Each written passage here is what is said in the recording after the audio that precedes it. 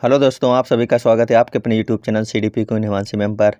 मेरा नाम है रवि और आप मेरे साथ पढ़ रहे हो अपनी EVS की प्रैक्टिस क्लास चल रही है यूपी टेट के लिए।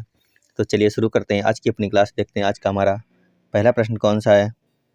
तो पहला प्रश्न है, किस वर्णक की उपस्थिति के कारण पौधे हरे होते हैं। आपको बताना है इनमें से किस वर्णक की उपस्थिति के कारण पौधे हरे होते हैं। ऑप्शन देखिए और आंसर कर दीजिए एक बार। क्वेश्चन नंबर 1 का हो जाएगा ऑप्शन नंबर डी, क्या हो जाएगा, क्लोरोफिल के कारण पौधे कैसे होते हैं, हरे होते हैं। चलते हैं अगले क्वेश्चन पर। पृथ्वी पर जलवायु परिवर्तन का कारण बनने वाली मानवीय गतिविधियों में शामिल है। आपको बताना है इनमें से कौन सा ऑप्शन सही हो जाएगा। पृथ्वी पर जलवायु परिवर्तन का कारण बनने वाली मानवीय गतिविधियों में शामिल है। तो आंसर करेंगे एक बार क्वेश्चन नंबर 2 का सभी लोग। कौन कौन से इनमें से शामिल है कारण, आंसर कर दीजिए। इसमें हो जाएगा सभी, ये सभी कारण जो हैं इसमें शामिल हैं, यानी ऑप्शन नंबर डी इसका बिल्कुल सही हो जाएगा। देखते हैं अगला क्वेश्चन।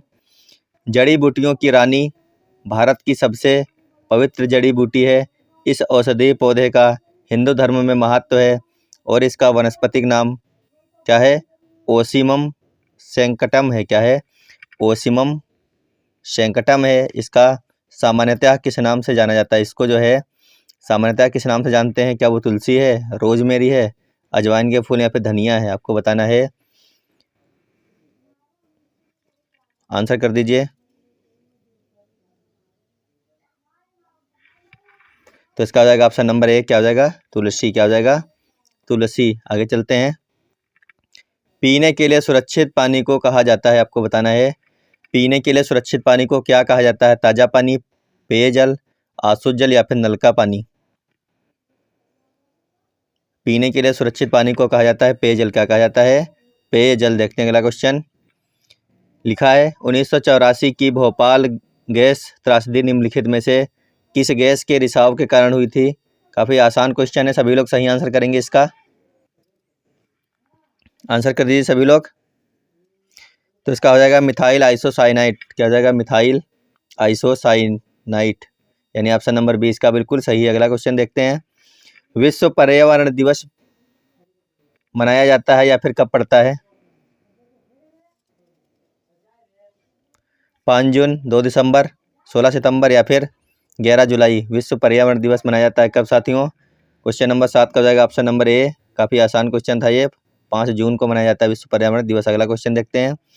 स्वामीनाथन क्या थे, आपको बताना है स्वामीनाथन क्या थे। ऑप्शन देखिए और आंसर कर दीजिए सभी लोग एक बार। स्वामीनाथन क्या थे। तो इसका हो जाएगा ऑप्शन नंबर सी, ये एक कृषि वैज्ञानिक थे। कौन, स्वामीनाथन। आगे चलते हैं। भारतीय वन्यजीव संस्थान कहाँ स्थित है। आपको बताना है भारतीय वन्यजीव संस्थान जो है वो कहाँ पर स्थित है। अहमदाबाद, नई दिल्ली, कोयम्बटूर या फिर देहरादून। भारतीय वन्यजीव संस्थान कहाँ स्थित है, सभी लोग आंसर करेंगे। कई बार करवा चुके हैं ये क्वेश्चन। इसका हो जाएगा ऑप्शन नंबर डी, ये कहाँ है, देहरादून में है भारतीय वन्यजीव संस्थान। देखते हैं अगला क्वेश्चन। प्रकाश संश्लेषण के दौरान दिए गए पौधे में से कौन सा अवशोषित होता है। कार्बन डाइऑक्साइड, हीलियम, नाइट्रोजन या फिर ऑक्सीजन। प्रकाश संश्लेषण के दौरान क्या अवशोषित होता है, तो सबको पता है, आंसर कर देंगे सभी लोग। इसका हो जाएगा कार्बन डाइऑक्साइड। क्या अवशोषित करते हैं पौधे, कार्बन डाइऑक्साइड। नंबर 11, अपशिष्ट पदार्थों को खिलाने वाले जीव कहलाते हैं। शाकाहारी, मृतक भक्षी, मांसाहारी या फिर रसायन भक्षी। क्वेश्चन नंबर 11 का सभी लोग आंसर करेंगे एक बार। तो इसका हो जाएगा मृतक भक्षी। क्या हो जाएगा, ऑप्शन नंबर बी बिल्कुल सही है। क्या, मृतक भक्षी। देखते हैं अगला क्वेश्चन। गर्म भूजल से किस प्रकार की ऊर्जा प्राप्त होती है। गर्म जो भूजल होता है उसके द्वारा कौन सी ऊर्जा प्राप्त होती है। भूतापीय ऊर्जा, पनबिजली ऊर्जा, सौर ऊर्जा या फिर परमाणु ऊर्जा। आपको बताना है गर्म भूजल से किस प्रकार की ऊर्जा प्राप्त होती है। तो इसका हो जाएगा ऑप्शन नंबर ए, भूतापीय ऊर्जा प्राप्त होती है गर्म भूजल से। कौन सी, भूतापीय ऊर्जा। चलते हैं अगले क्वेश्चन पर। 16 घास के मैदान पाए जाते हैं। आपको बताना है 16 घास के मैदान कहाँ पाए जाते हैं। हिमालय, पश्चिमी घाट, पूर्वी घाट या फिर विंध्यायन में पाए जाते हैं। तो आपको आंसर करना है ये कहाँ पाए जाते हैं।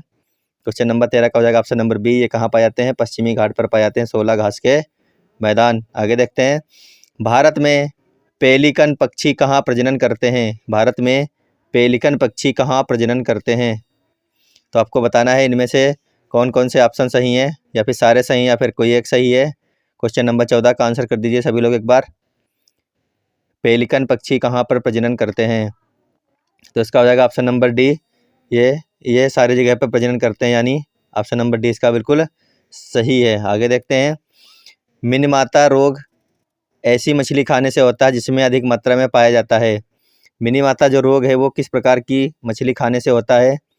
आपको बताना है। क्या वो आर्सेनिक वाली मछली होगी, पारा वाली, कैडमियम वाली, या फिर उपयुक्त सभी? बताइए, आंसर कीजिए।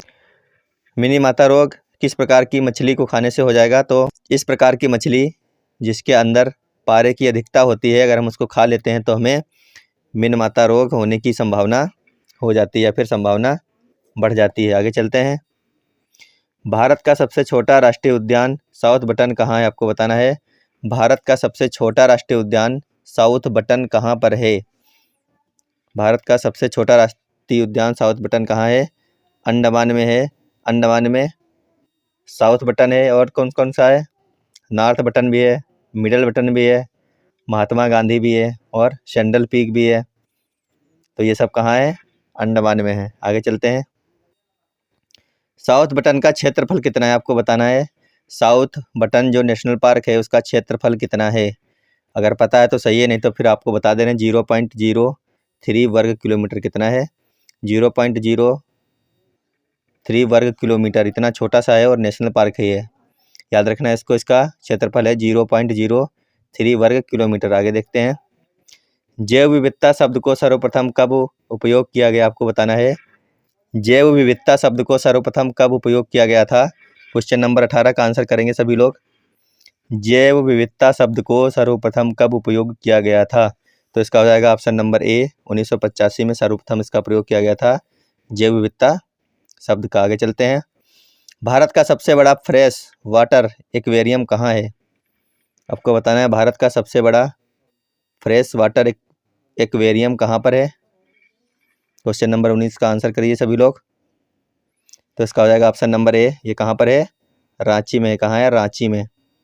देखते हैं अगला क्वेश्चन, जिम कॉर्बेट पार्क का पुराना नाम क्या था? जिम कॉर्बेट नाम का पुराना नाम क्या था? आपको ये बताना है। तो आप लोग आंसर करेंगे इसका, सभी लोग आंसर कर दीजिए एक बार। जिम कॉर्बेट पार्क का पुराना नाम क्या था? तो इसका हो जाएगा हैली नेशनल पार्क, यानी ऑप्शन नंबर सी सही है। हैली नेशनल पार्क था इसका नाम। और अभी वर्तमान में इसका नाम क्या है? वर्तमान में आज के समय में इसका नाम है रामगंगा नेशनल पार्क। क्या है? Ramganga national park. आगे चलते हैं, दुधवा राष्ट्रीय उद्यान कहाँ पर बना हुआ है? दुधवा राष्ट्रीय उद्यान कहाँ पर है? आपको ये बताना है। क्वेश्चन नंबर 21 का हो जाएगा ऑप्शन नंबर 2, यानी उत्तर प्रदेश में है दुधवा नेशनल पार्क। आगे चलते हैं, जिम कॉर्बेट पार्क की स्थापना कब की गई थी? आपको बताना है, जिम कॉर्बेट पार्क की स्थापना कब की गई थी? जिम कॉर्बेट पार्क की स्थापना कब की गई थी? 1936, यानी ऑप्शन नंबर सी बिल्कुल सही हो जाएगा। इसकी स्थापना की गई थी 1936 में। ये भारत का पहला नेशनल पार्क था, इतना याद रखना आप लोग। चलते हैं अगले क्वेश्चन पर, विलुप्त पक्षी डोडो कहाँ पाया जाता है? विलुप्त पक्षी डोडो कहाँ पाया जाता है? सभी लोग आंसर करके बताइए एक बार, विलुप्त पक्षी डोडो कहाँ पर पाया जाता है? क्या वो मॉरिशस हो जाएगा, न्यूजीलैंड, भारत, या फिर इंग्लैंड?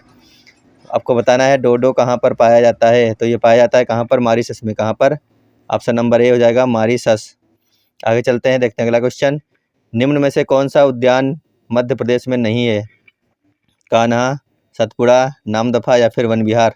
तो आपको बताना है इनमें से ऐसा कौन सा वन विहार है या फिर उद्यान है जो मध्य प्रदेश में नहीं है। नामदफा नेशनल पार्क जो है वो मध्य प्रदेश में नहीं है, यानी इसका ऑप्शन नंबर बिल्कुल सी जो है सही हो जाएगा। भारत में बाघों की प्रथम गणना कब की गई थी? 1970 में, 1950 में, 2006 में, या फिर 2001 में?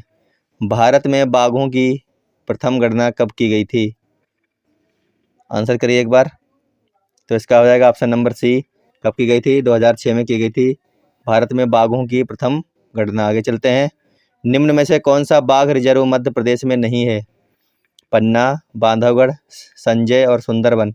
सुंदरवन जो है ये कहाँ पर है?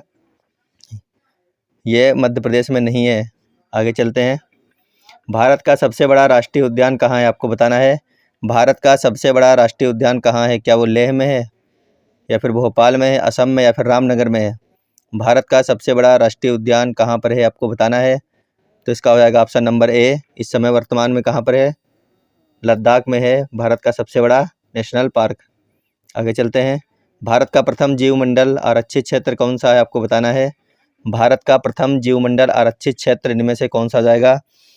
हम काफ़ी जल्दी जल्दी क्वेश्चन करवा रहे हैं साथियों, क्योंकि आपका टाइम वेस्ट नहीं करना चाहते हैं। अगर आपको क्वेश्चन आते हैं तो आप वैसे भी कर ही ले रहे होंगे, अगर नहीं आते हैं तो आप लोग देखते चलिए, साथ में आपको याद हो जाएंगे, क्योंकि एग्जाम के 2 से 3 दिन बचे हैं, तो ज़्यादा टाइम लेना अच्छी बात नहीं है। तो इसका हो जाएगा ऑप्शन नंबर सी। कहाँ है? नीलगिरी। कहाँ है? नीलगिरी। आगे चलते हैं। केंद्रीय पक्षी शोध संस्थान स्थित है, आपको बताना है। केंद्रीय पक्षी शोध संस्थान कहाँ पर स्थित है? क्वेश्चन नंबर 29 का सभी लोग आंसर कर देंगे एक बार। केंद्रीय पक्षी शोध संस्थान स्थित है कहाँ पर? इज्जतनगर बरेली में, यानी ऑप्शन नंबर ए इसका बिल्कुल सही हो जाएगा। अगला क्वेश्चन देखते हैं। विश्व आर्द्रभूमि दिवस कब मनाया जाता है? क्या पूछ रहा है? विश्व आर्द्रभूमि दिवस कब मनाया जाता है? क्या वो 5 जून है, 2 फरवरी, 11 जुलाई, या फिर 15 अगस्त? विश्व आर्द्रभूमि दिवस कब मनाया जाता है? तो इसका हो जाएगा ऑप्शन नंबर बी। विश्व आर्द्रभूमि दिवस मनाते हैं कब? 2 फरवरी को। देखते हैं अगला क्वेश्चन। स्थलीय और तटीय पारिस्थितिकी प्रणाली में आनुवंशिक विविधता बनाए रखने वाले बहुउद्देशीय क्षेत्र क्या कहलाते हैं, आपको बताना है। तो इसका आंसर करिए सभी लोग एक बार। क्वेश्चन नंबर 31 का आंसर करेंगे सभी लोग। कर दीजिए आंसर। आंसर करेंगे सभी लोग। इसका हो जाएगा ऑप्शन नंबर बी। क्या जाएगा? जैवमंडलीय आरक्षित क्षेत्र। जैवमंडलीय आरक्षित क्षेत्र। आगे चलते हैं। गुजरात का राजकीय पशु क्या है, आपको बताना है। गुजरात का राजकीय पशु क्या है? गुजरात के राजकीय पशु के बारे में बताना है, कौन सा है। गुजरात में नेशनल पार्क है गिर, जहाँ पर पाया जाता है एशियाई सिंह, यानी कि एशियाटिक सिंह जो है ये कहाँ पाया जाता है? गुजरात में। और यही इसका क्या है? राजकीय पशु है। तो साथियों कमेंट बॉक्स में बताइएगा कि आपके 32 में से कितने क्वेश्चन सही निकले और आपको हमारी क्लास कैसी लगी। तो और सभी लोग एक बार क्लास को शेयर कर देंगे और वीडियो को लाइक कर लेंगे। तो वीडियो देखने के लिए धन्यवाद। अपनी तैयारी को लगातार जारी रखिए और बहुत ही अच्छे तरीके से करते रहिए। अंतिम समय में बिल्कुल भी घबराने की ज़रूरत नहीं है। अगर आपका कोई टॉपिक आपको लग रहा है कि कमज़ोर है तो एक बार प्ले लिस्ट में जाइए हमारे और वहाँ से देखिए, हर प्रकार के क्वेश्चन आपको करवा दिए गए हैं। तो धन्यवाद, बाय बाय।